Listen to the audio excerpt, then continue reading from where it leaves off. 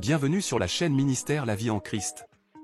Aujourd'hui, nous abordons un sujet crucial pour chaque croyant, comment définir une secte dans un contexte chrétien.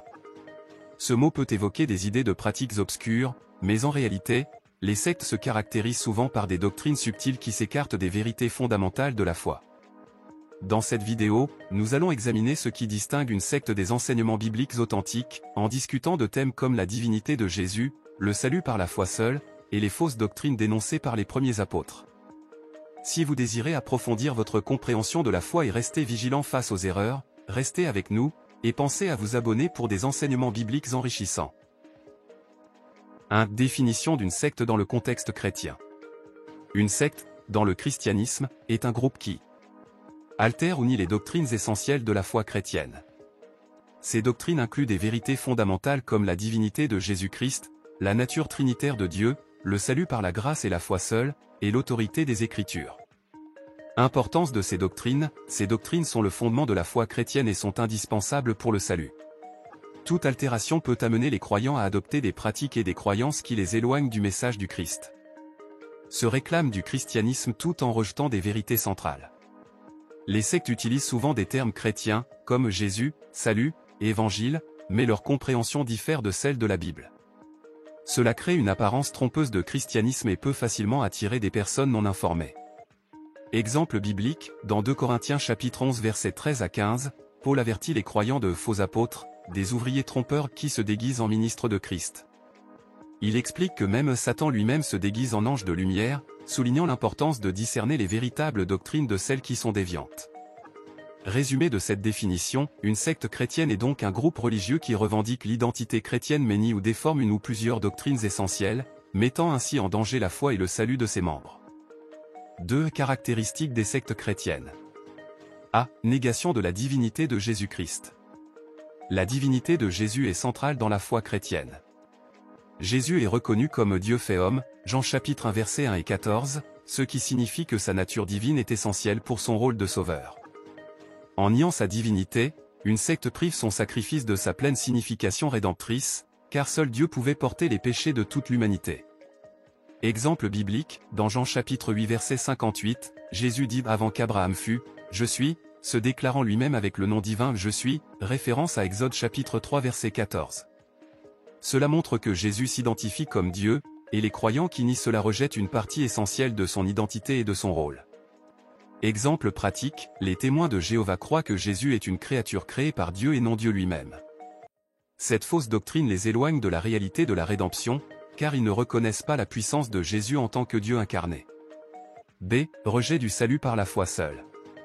La doctrine du salut par la foi seule est fondamentale. Selon la Bible, le salut est un don de Dieu que l'on reçoit par la foi, sans intervention humaine, Éphésiens chapitre 2 versets 8 à 9. Lorsque les sectes ajoutent des œuvres ou des rites à la condition du salut, elles déplacent l'attention de l'œuvre complète du Christ à des efforts humains. Exemple biblique, dans Galates chapitre 2 verset 16, Paul affirme que l'homme n'est pas justifié par les œuvres de la loi, mais par la foi en Jésus-Christ. Cette affirmation est une réponse aux croyances qui imposaient des exigences humaines pour le salut. Exemple pratique, les Mormons enseignent que le salut inclut la foi en Jésus mais doit être complété par des œuvres, des rituels et l'obéissance stricte aux règles de l'Église de Jésus-Christ des saints des derniers jours. Cette approche, qui combine la foi avec les œuvres, dévie du message de la grâce. 3. Faux enseignements et leur impact spirituel. Les fausses doctrines au sein des sectes. Les apôtres, comme Paul et Jean, ont souvent combattu des faux enseignements qui menaçaient de corrompre la jeune Église.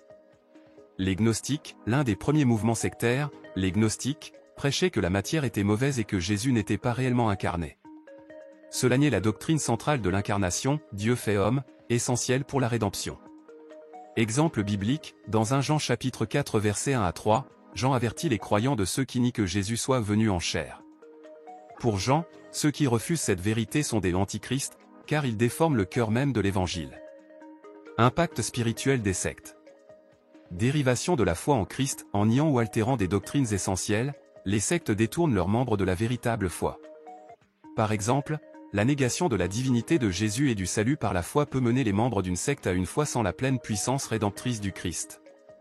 Conséquence, les membres de sectes peuvent perdre l'assurance de leur salut, car ils s'appuient sur des enseignements faussés ou sur leurs propres efforts, ce qui les conduit à une relation déséquilibrée avec Dieu, souvent marqués par la peur, la culpabilité ou l'incertitude. 4 exemples modernes de sectes se disant chrétiennes. A. Les témoins de Jéhovah. Négation de la Trinité, les témoins de Jéhovah croient en un Dieu unique, Jéhovah, et rejettent la doctrine de la Trinité. Pour eux, Jésus est un être créé, sans divinité absolue. Impact doctrinal, en rejetant la divinité de Jésus, il diminue sa valeur en tant que sauveur et renie le rôle du Saint-Esprit comme personne divine. Cela crée un cadre où Jésus est un modèle, mais pas une source de salut divin. B. Les Mormons, Église de Jésus-Christ des Saints des derniers jours. Doctrine du salut par les œuvres et exaltation humaine, les Mormons enseignent que Dieu était autrefois un homme et que les hommes peuvent devenir des dieux, une croyance qui s'écarte radicalement des Écritures. Ils prêchent également que la foi doit être complétée par des œuvres et des sacrements spécifiques pour obtenir le salut. Impact doctrinal, cette conception réduit la grâce et crée un système de mérite incompatible avec le message biblique. L'accent mis sur les œuvres peut placer les membres sous une pression constante pour mériter leur salut. 5. Attitude chrétienne face aux sectes. En tant que chrétien, notre réponse aux membres de sectes doit allier vérité et amour. Partage de l'évangile avec compassion, plutôt que de condamner, nous devons approcher les membres de sectes avec douceur. Beaucoup de ces personnes croient sincèrement en ce qu'elles ont appris et ne réalisent pas que leur croyance les éloigne du Christ véritable.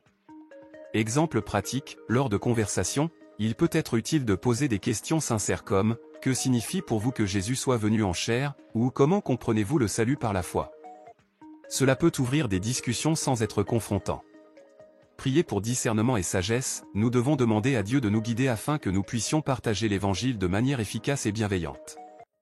Paul recommande la patience et la douceur en 2 Timothée chapitre 2 versets 24 à 25, le serviteur du Seigneur ne doit pas avoir de querelle, il doit, au contraire, être affable pour tous, propre à enseigner, patient.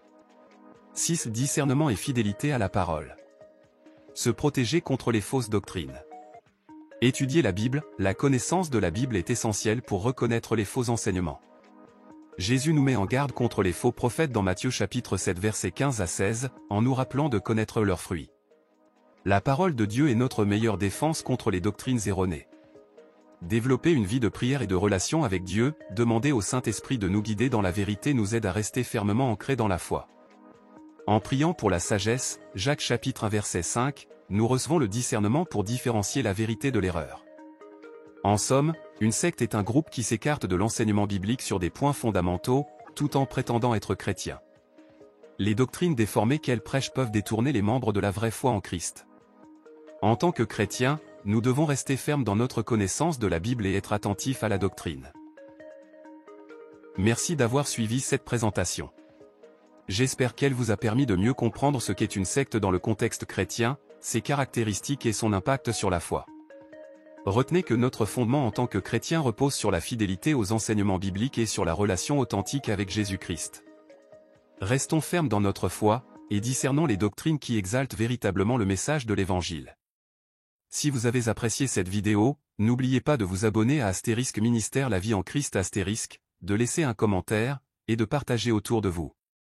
Que Dieu vous bénisse et vous garde dans sa vérité. À très bientôt pour de nouvelles vidéos.